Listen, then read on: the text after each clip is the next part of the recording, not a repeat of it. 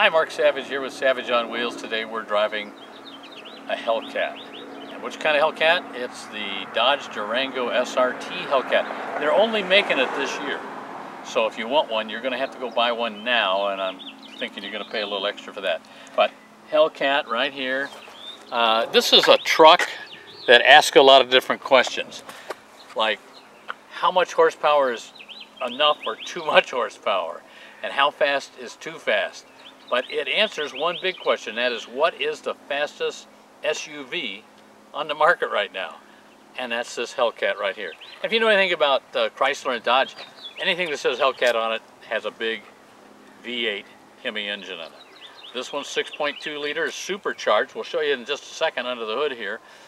710 horsepower, you heard me right, 710 horsepower, and a torque rating of 645. So this thing's going to get up and go. We'll take it out on the highway, but we're just going to show you some of the goodies here right now. Don't show all of this. The Dodge guy's showing you how to do it. There it goes. All right. So under the big old hood, we got a big old engine. Supercharged Hemi, which tells you it's going to be fast no matter what. Supercharger on top. You got the Hellcat logo up here. Look at the air intake on this bad boy. This thing's going to give you lots of power. So, major engine. We'll fire it up in just a second. You can hear it. We got racing stripes on this bad boy. We got our SRT logos and the Hellcat up front. It's a kind of a wild beast. And just like any Durango, and Paul's got a Durango of his own here, so we'll show you that later too. But like anything, it's, you know, plenty of room. This has, right in here, we got captain's chairs, so you got comfortable seating here. We also got a third row in the back. We'll show you that in a minute. SRT logos here. We got the red Brembo brakes, I believe, and just, you know, lots of power. Giant 20-inch tires.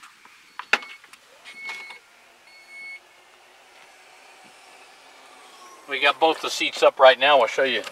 Boom, you can put one of those down.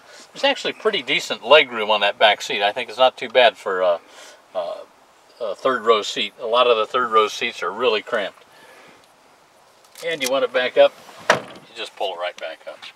And for those who like storage, oh, we got a little hidden spot underneath there, so that's always nice. So we'll take this out on the highway. We'll show you how fast it is. I'm going to guess, Paul, I'm going to guess we can maybe make it up to 100 on our entry ramp out there. Yeah, by half of the entry ramp. Yeah, maybe. All right. But we didn't do that anyplace. No, wait, no, not kids, don't try this at home. Don't try this at home. These are professional drivers doing this on almost closed course.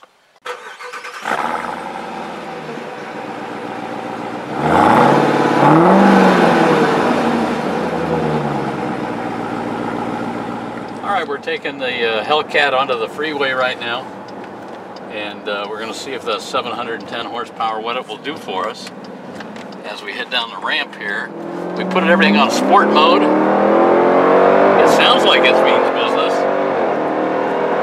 Here we go. Yep. Wow. That's 108. And still going. Yeah. Well, there we had plenty. So obviously it has plenty to get up and go. But that's why you're buying this vehicle. That's why you're, you know, shelling out a fair amount of money. Let's just say looked at the numbers here, about $82,500 base price on this. And with a few options on here, some of which I don't think should be options, including the fact that it costs you $1,200 for the racing stripes on this thing. It's almost $90,000. So that's major money, and you know, we had that TRX, the T-Rex pickup earlier this year. Very similar feel to the whole truck. Obviously, same engine basically, just tuned slightly differently. And this thing will get up and haul, and that's what we want to do if we're buying a Hellcat. It's all about speed and power and excitement, and it's pretty exciting. So you're paying for performance in a truck like this, and for that to happen, there's a whole screen here that will do everything you can imagine setting your car up or in a special way. SRT button down here, we press that, Now we have choices. We can customize, we can put it in towing mode, it'll tow 8,700 pounds, so you know, it's still a truck. We have the automatic, we got sport, we have it on sport now. It shifts you into sport everything. And your paddle shifters are on if you want to use those behind the wheel. Do track, it can go to track mode, or we can go to custom, and then you can adjust it the way you'd like. Some of it's on street mode, makes sense, because if I'm driving around town, nice to have it a little bit softer suspension, but also can have the track mode on transmission, so I get real quick shifts. It's amazing what all you can do here. There's also a launch control button down here. So if I take this to the drag strip, traction control is off, it's ready to go. So when I launch from the starting line, I can spin those tires a little bit and really get going.